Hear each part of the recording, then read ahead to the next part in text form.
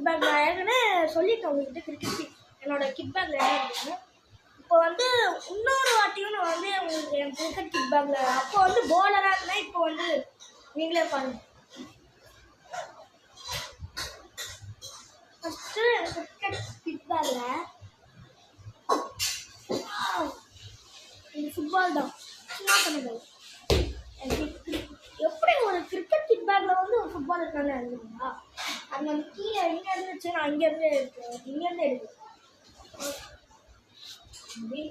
எந்த இன்னொரு பேடுன்னு பார்த்தீங்களா?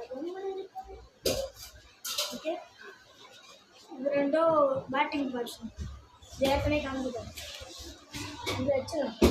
இது வந்து கை பேடு, இது வந்து கீப்பிங் பேடுங்க. இதுவும் கீப்பிங் பேடு தான்.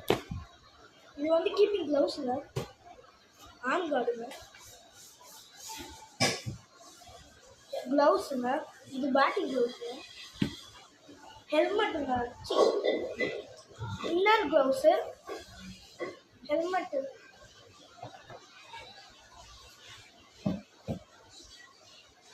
கேப்பு.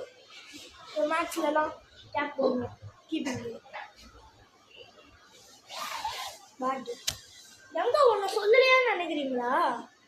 கிரிக்கெட்டே விளையாட முடியாது அது இல்லைனா அப்படின்னு நினைக்கிறீங்களா? இருங்க விளையாடு ஏதோ சொல்கிறேன் இருங்க காட்டுறேன். டேய் எங்க பாருங்க காட்டுறேன். அதெல்லாம் நான் பார்த்துக்கோங்க. கிரிக்கெட்டே விளையாட முடியாது. ஸ்லீவ்ஸுங்க, நான் ஸ்லீவ்ஸை காட்டுறேன்னு இதோ தானே. ஸ்கல் கேப்புங்க,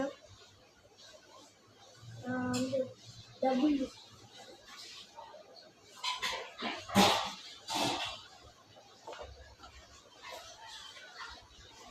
என்னன்னே எனக்கு